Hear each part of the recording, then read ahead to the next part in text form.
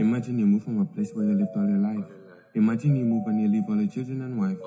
Starting all over again, but no one you know is around. Well, they didn't have to imagine. They built it up from the ground. How does it sound? Not easy cause it isn't. Could have phased them, but it didn't. But the raid bond, that's a winner. And they ran straight to the finish. You get to know them up close and personal. Wait, just give me a minute. Welcome to the front row. Can I get a drum roll? Intentional. We may be immigrants, but we are still intentional. We are dependable. It's just that set the bar, but still the best of all, we are intentional. Welcome to the Intentional Immigrants podcast. My name is Yolanda Jack. Today's guest is Rolando Hyman. Rolando Hyman is a therapist consultant who helps persons with their mental health. He helps with their anger management. He provides family counseling, and he does try to allow persons or help persons to become a better version of themselves. So let's listen as Rolando tells his story. Just before Rolando tells his story, the Intentional Immigrant podcast can be found on Google Podcasts, Spotify, Stitcher, Podbean,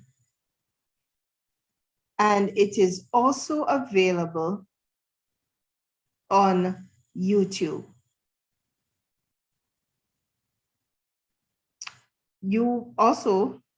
I also have an Instagram account, so you can also visit the Intentional Immigrant at the Instagram account, and you could also visit the website www.intentionalimmigrants.com.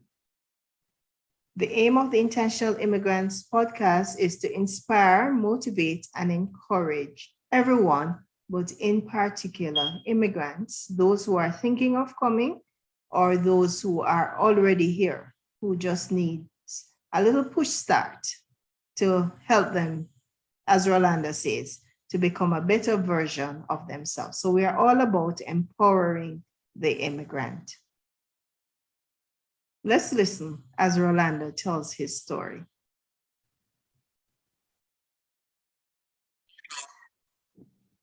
Hi, Rolando. Welcome to the Intentional Immigrants podcast. I'm happy that you're able to meet me here today and just spend a little time with us as you share your story. Thank you for having me, Yolanda. It's indeed, I'm really happy to be here, and I look forward to this conversation. Okay, thank you. All right, Rolando, take us a little through your journey. Where do you reside presently, and how long ago did you migrate? Right now, I'm residing in the province of Alberta, which is one of the western provinces here in Canada. I migrated approximately around about 11 years ago,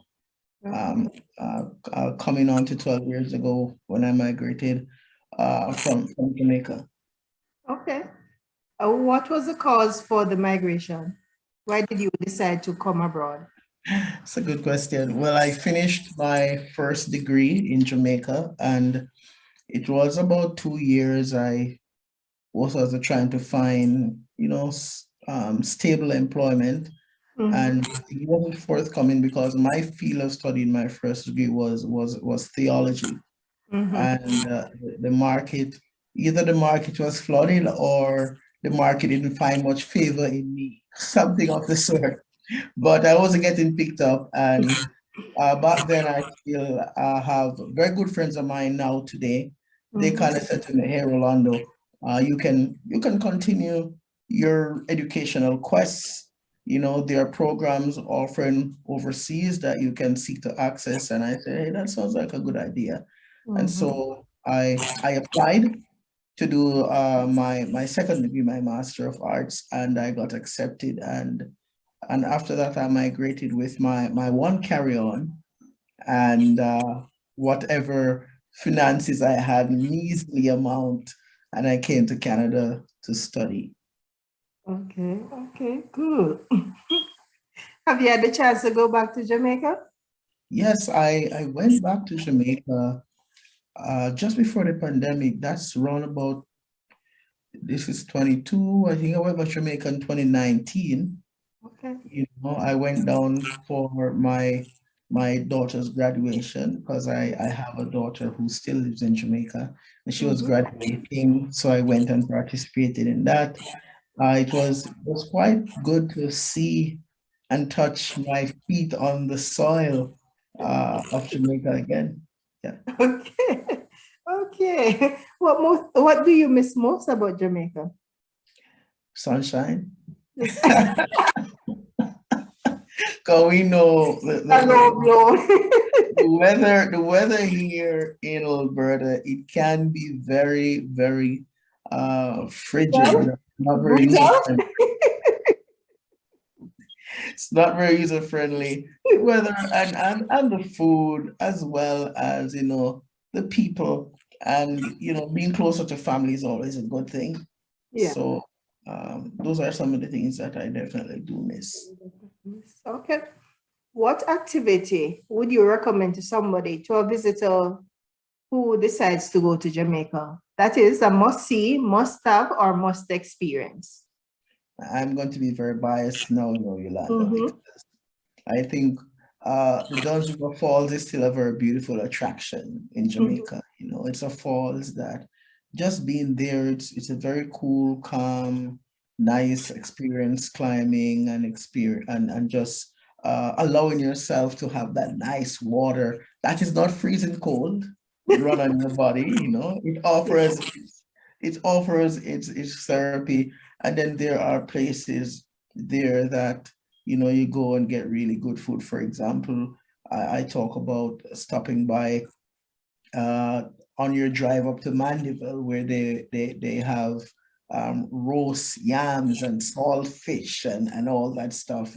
Just amazing. And back then, I haven't been here for a while. They had places like Little Ochi where you get the greatest fish to eat. I heard that it's not as beautiful as it used to be, but then there are other places back home where you can always go and find good food and just beautiful experience visiting Bob Marley Museum, for example. Going to Devon House to get like the best ice cream you can imagine. Those things are always a win for me. Always a win for you. All right. So, what product or service do you offer? Well, right now, I've been a therapist now for a number of years. It's been what I've done from I've been here. So right now I offer counseling for anxiety, depression, couples counseling, addictions, and mental health supports. And I also offer life coaching for men.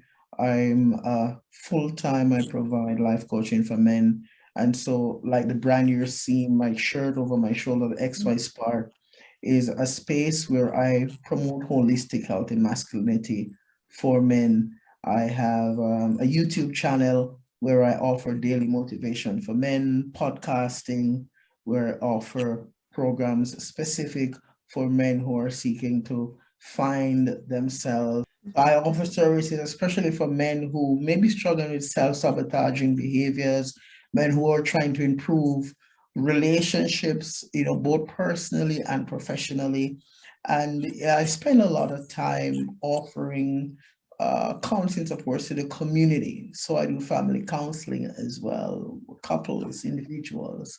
And so I've been fully engrossed in that. I do workshops in the form of anger management, stress management. I offer domestic violence counseling and coaching for those who are victims of domestic violence, or for even those who were perpetrators, because the idea is to really help persons to rediscover or discover healthier ways that they can live their lives. So that's what I spend my time doing right now. Okay. Question for you. What gave rise to this passion? That the focus is, it's not wholly on men, but I think that's a particular segment that you're trying to serve. What gave rise to this particular passion of yours? Well, this is something that I did even before I came into Canada. I used to do this in and around Jamaica in the urban and rural communities. I used to work with families, doing a lot of counseling one-on-one. And so when I heard the call to migrate, to become more savvy, and to sort of build my skill set in offering more services to the family that's more holistic, because back then I did it basically in one area, which is a spiritual emphasis. So migrating to Canada, I gained more insight how to offer both spiritual, psychological, social, and physical supports that helps to set persons up for success. So the passion for this work started 2 decades ago, actually. Yeah. Okay. All right. How long has your business been in operation? It's XY Spark, right? Yeah, XY Spark is actually the baby of therapeutic interventions, psychotherapy services. XY Spark was born out of therapeutic interventions because as I continue to offer supports to families and individuals, I recognized that there was a huge need for a safe space to be provided for men, having that voice. And one of the things I've noticed here in North America is judicially and even the legal, judicially, and otherwise, men are sort of marginalized and they're expected to fulfill a certain societal norm. And so they don't have that space to be human and to work things through and to have an ear, someone who can hear them. So I've definitely dedicated my life to becoming that ear and preparing that space where men can come and just be human. Okay. Share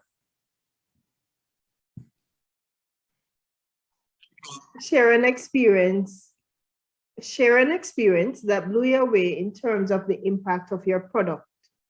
Or so in your case, it's a service. Do you have physical products? It's a service, it's mostly a service. Okay.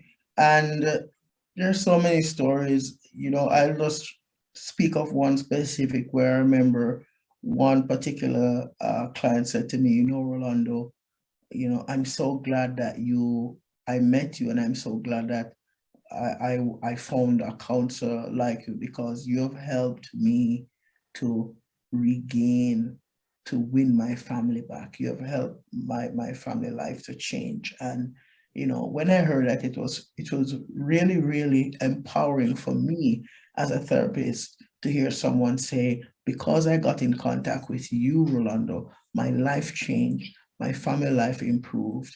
And that's why I love what I do, and I wouldn't exchange it for anything, because it's just powerful that you're able to give back to the community and change lives and hear people say, with no form of flattery, but saying it from a place of genuineness and sincerity, that the interaction, the service that you provided was exactly what I was looking for. So that was the thing for me that really, blew me out of the water, so to speak. That's very good. Share a difficulty and the lessons learned as a result of that experience. That's an interesting question, Yolanda, because when you say a difficulty, what exactly do you mean? Whether as an international student, whether as in counseling or in your current experience, so whether you want to share, it's a difficulty that would have been life-changing for you. Okay, so one of the difficulties I can say that I've experienced I've experienced racial discrimination here in Canada in more than one occasions. Mhm. I've experienced it in university when I did my master's, but the way it was done, if you're not paying attention, you wouldn't know that that's what's happening. I've experienced it here in Canada, whereby I got employed to work for a certain company here in Canada. And because I was an immigrant, I got hired. I went to my what you call I'm forgetting, I'm having a brain freeze, but I went to work the first day where I was being enrolled, learn Orientation. orientation. Thank you, Yolanda. And after 1 hour, when I presented my letter from immigration to the then manager of the company, uh, he was told by HR that a legal document that was coming from the government of Canada does not suffice. And so after 1 hour, they told me that we can't keep you. Wow. Okay. And so I got hired and terminated 1 hour the same day, Wow. all because, and I, even today, I still say this HR person for this company, and I don't want to be calling out the company's name because Yeah, you can't do that. I was really shocked to see that a company with that caliber had people who were working in their HR who were so ignorant to the process, And even the week after that, I got the concrete that they say I needed to have, and I called back and they said, "We're sorry, we already gave the position to somebody else." So that was one thing. The second thing, when I was in university, yeah, it was sad. It was a huge lesson learning for me. I was in university. I was going towards graduation here in Canada, and I was I was doing well, I must say, thank God, and I was deserving of a scholarship. And when I went and inquired about the scholarship, the university said to me, "Well, that scholarship you were only supposed to get it if you're in your last year." And I said, "Actually, no, that's not what the letter said when I got accepted." When I showed them my letter, they weren't responding to it because they're saying, "No, that letter is not correct." And I'm telling you that's one time in my life when I think I experienced a depression that I could not explain.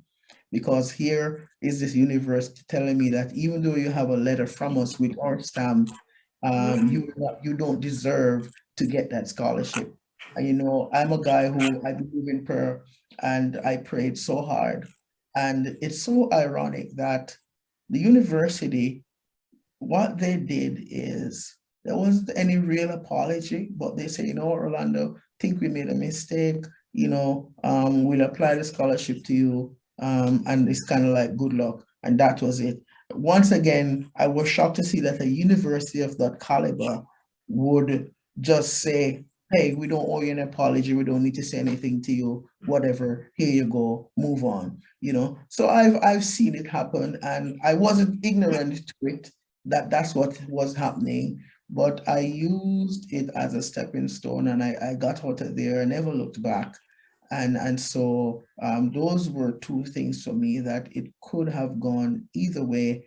And if I were to tell you my story about the process whereby I moved from being an immigrant to resident, that's another story that could take the rest of your program, Yolanda. But that was just a real ugly experience that I went through. I was scammed by so-called immigration lawyers, gave them thousands of dollars, and that happened to my wife and I. And, but so many things happened, applied for residency, was turned down, went under the points program that they had, was turned down, had all my work experience, had no criminal record, but eventually I'm here still, all that passed. But I've had some really interesting journeys that took me to places that were dark and discouraging, but I stuck to it. I stuck to it. Okay. Can I ask what was the value of that scholarship? The scholarship back then was a little over $2,500. Okay, that's a lot of money, even by today's standards. It's a lot, man. It's a lot. Of money. It's a lot of money. What's your personal philosophy or mantra? My personal philosophy, there is one that I took with me for years now. Sometimes even my oldest son would say it back to me when I was in university. I run into this quote from Henry Wadsworth Longfellow.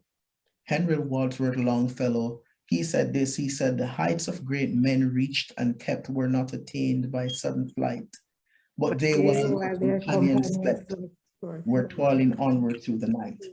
And I never forgot that quote. And for me, my personal mantra is personal development is not an event, it's a lifestyle. And so every single day, I seek to ask myself the question, what do I need today to be the best version of me? And that's the way that I seek to live my life as I continue this journey, this path. Okay, thank you. Share a morning routine or ritual which has helped you well. My morning routine is one that I consider to be interesting. As soon as I open my eyes, I'm doing my meditation, my prayer. I'm taking at least a 15 or 20-minute warm/cold shower in the morning. And then I seek to sit around sometimes and I just listen to spiritual songs, or I'll spend a 15, 20 minutes on my treadmill when I have the time. And, I seek to sit down most mornings and I will read or would write something, or I would seek to create something, and I try to do that early in the morning because I find early morning is when those creative juices are flowing. For you. Okay. Oh, that's good. Recommend a must-read book. So that's a book that you have read or are reading, which you think is worthy of my listeners. I fell in love with John Maxwell's book. John Maxwell has a book called The 15 Invaluable Laws of Growth. Okay. And after I read that book, I actually did an entire series on my own podcast from Maxwell's book, The 15 Invaluable Laws of Growth. And one of the quotes in that book that really jumped out at me was from Dr. David McKellen. David McKellen, Maxwell referred to a quote that McKellen had in his book where McKellen said, rather, and I'm quoting now, that the people that we hang out with the most, they become our reference group, and they determine as much as 95% of our failure or success in life. And when I saw that quote, I said David McKellen was so right, because in my own life experience, I've recognized that unless I had made the huge steps that I made in my life to change some of my associations, I definitely would have experienced a different path. Yeah. You'd have experienced a different outcome. Okay. So you're recommending the 15 Invaluable Laws of Growth. John Maxwell. Okay.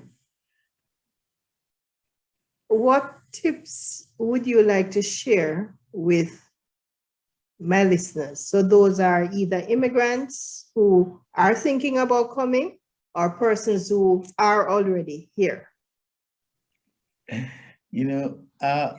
things I would want to say is, if you have a desire to migrate, just keep in mind that it's not going to be a walk in the park. Okay. Yeah, you need to be determined. You need to have a drive. You need to have some goal. You need to surround yourself with people who are actually able to support you in positive ways. You've got to think about what kind of boundaries you're going to have. in order to make it through. But if you have a desire to come, I would say, listen, come on in, man. There's room for you. There's room at the table. There's room. Come on in. Don't be scared, and you will enjoy the cold, quote unquote. Yeah. But the benefits far outweigh the negative experiences, and the negative experiences just seek to make you stronger. There's a quote that says, "What doesn't kill you make you stronger." So, yeah. Yeah, definitely, Yolanda. Mm-hmm. How can my listeners make contact with you? Well, if someone... Before you go on to that, Rolando, I know you had a march, a men's march or something early this year. Last year, actually. Sorry. Last year. Yes, that was our first annual march for men's mental health awareness. That was our first march. This year, we're hoping to do it again in the summer. We're hoping for it to be bigger and better. But the march is basically seeking to bring more awareness to the reality that men are impacted by mental health as much as women and kids and the elderly. And we want to just make our voices heard for more persons in the community to recognize that, hey, men are humans too. All right. Thank you. Okay. Listeners make contact with you? Well, they can find me on Instagram if anyone wants to. I'm on Instagram. You look for XY Spark, and you'll find me. You can find me on YouTube under XY Spark. I'm also on iTunes and the Podbean app where you find my podcast, or you can visit my website, contactxyspark.com, and you will see all the information that I do there. Persons can message me, email, text, and I'll be more than happy to talk with anyone who has any questions that in any way that I can help to support you. So those are the ways that you can find me. Email hyman@xyspark.org, and I'll be more than happy to connect with anyone. Okay. I have one last question before I go. I noticed that the name of your company is pretty unique. It is XY Spark. Can I ask what gave rise to that name? Well, I have a good friend of mine. He's in marketing, and this name came about from doing a lot of brainstorming and research. And I say, hey, I need something that identifies men. And the X and the Y chromosome is what men they possess. And the idea that's what makes a boy a boy. And so the spark is really, if anyone listening to my podcast, one of my taglines in the end is that we believe there's a spark in you. So the XY Spark is thus bringing men to the realization that in spite of where you're at, there's still a spark in there. And so my company, our determination is to connect with you and seek to reignite that spark so that you can become the best version of you. Okay. Rolando, it was great spending some time with you today. It was great to be here, Rolando. Thank you for having me. Appreciate it. Thank you. Thank you for listening to the Intentional Immigrants podcast. Rolando Hyman of XY Spark, today's guest. The following persons made today's podcast possible. Rolando Hyman of XY Spark, today's guest. Xavier Anderson for providing music. As usual, I'm your host, Yolanda Jack, reminding you, he who watches the wind will not sow. He who watches the clouds will not reap. Ecclesiastes 11, verse 4. You were born for greatness. Step out into your greatness so that mankind can benefit from you being here. So long, until next time. Intentional. We may be immigrants, but we are still intentional. We are dependable. It's just that set the bar.